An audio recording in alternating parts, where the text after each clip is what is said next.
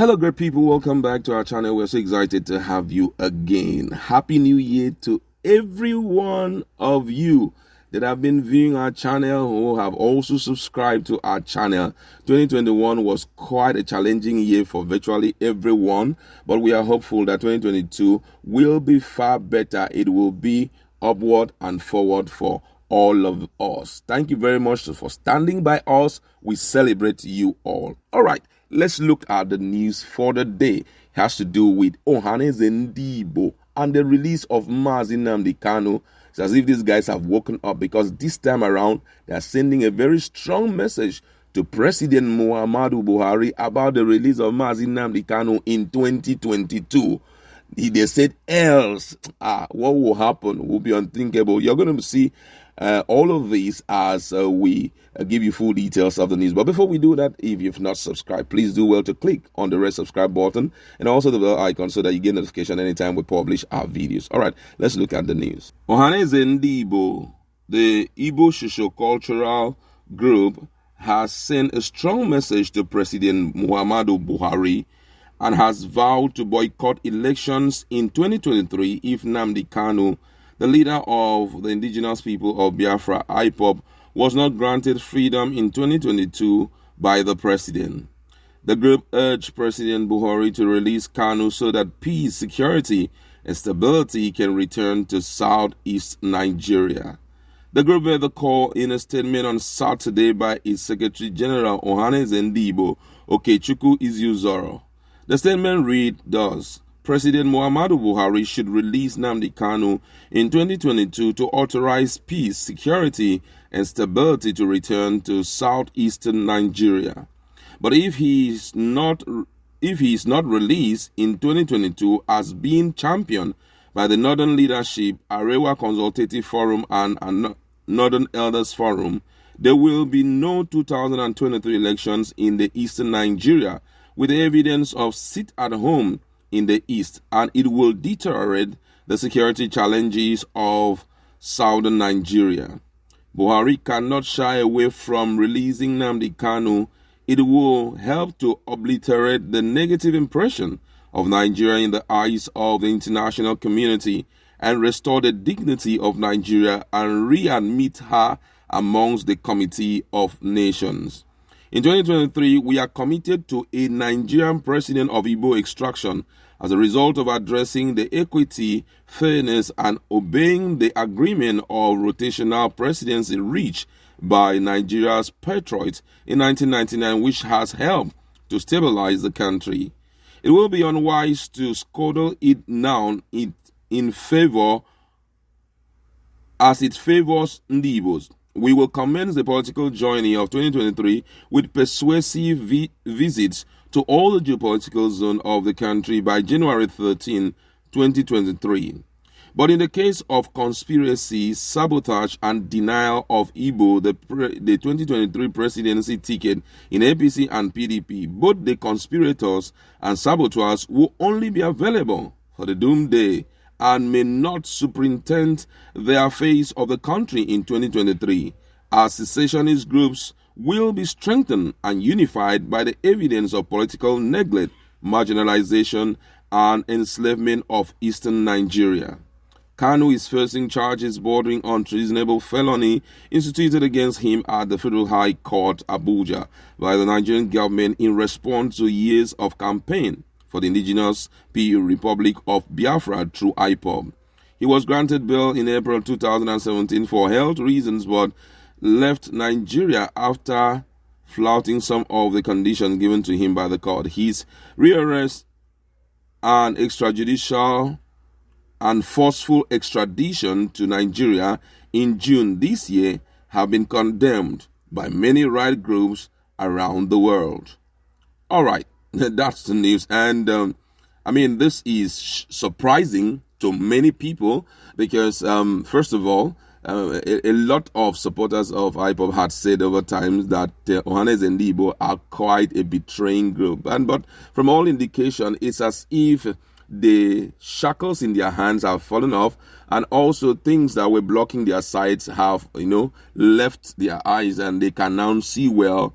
And I think that's why they are charging so strong this time around to see how they can secure the release of Nnamdi Kanu. A lot has been going on from different areas. Different groups are also working towards it. But I think that right now the elders have decided to intensify their effort just to prove to Nigerians that Nnamdi Kanu is not all alone and that he is only a freedom fighter and a prisoner of conscience.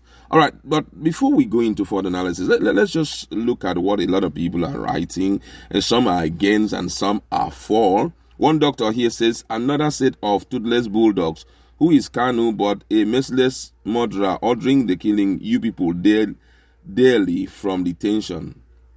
Another person here say, good move. Now let's walk the talk. Igbos playing in all sport national teams should start tendering their resignation as well. Football, basketball, athletics, using personal reason as excuse. Let's avoid violence. Let's use the extremists of civil disobedience. This guy has just brought up an idea that if it is being supported, will affect Nigeria a great deal. Just imagine if these guys decide to opt out from anything like, say, they decide to opt out from anything like sporting activities, or they decide to opt out from anything like, representing Nigeria in any quarter. It will go an extra mile in affecting the country. And the worst of all is if they now begin to stop payment of their taxes. I mean, it's going to be worse. And if you have been following the trend of event in this issue of release of Nnamdi Kanu, you realize that the most useful weapon they have used has not been the, the violent style. That has never helped. I could still remember some group of people, a particular group that is also pushing for the emancipation of the Igbo people from Nigeria, decided one day to build up themselves, and they went with some equipment to go fight the Nigerian military, which was the worst decision they made. When they went, it turned out to, really stand against them, which from all indication, that's not the right thing to do. The ideal thing that they have adopted, which has gone an extra mile in causing Nigeria to look towards that direction, has been civil disobedience. Nothing like that, I'm telling you, whereby the expected revenue you are looking out for in that particular region is being, reduced because of the civil disobedience, where you notice that even visits of most of Nigerian prominent people there is not being honored, and all of that. It triggers global attention, and it's not a good one for the government. And that, I think it's one of the weapons that whoever that introduced it, I think it all started with Nnamdi Kanu.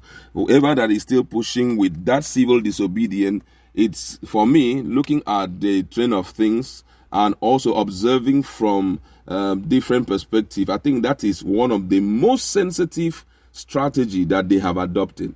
Imagine sitting back at home on Monday, Tuesday, Wednesday.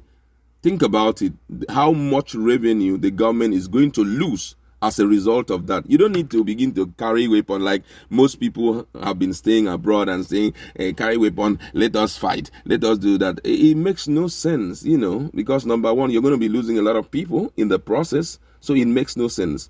But if you are like, call it a hunger strike towards the economy of this nation, it will affect it a great deal. I'm telling you.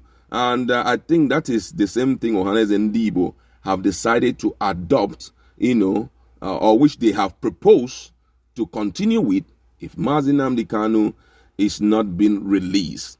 And if you had listened to the news very well, they are trying to kill two birds with one stone. Get the release of Nnamdi Kanu on Igbo president. That's the Nigerian president of Igbo extraction come 2023. And I think that may really push for the divide of the country, except those who are stakeholder in Nigeria. All of us decide to sit back and rearrange things, especially as it has to do with the Nigerian constitution, so that at the end of the day, everyone will see his own region being perfectly represented, and you will see the level of profiting that will come to you being a part of this country. It's something that, I mean, we need to sit back and reconsider once again. That's where I like to leave it. Go to our comment section. What's your standpoint in respect to the step that Ohanaeze and Igbo has decided to adopt to ensure the release of Mazi Nnamdi Kanu? Let's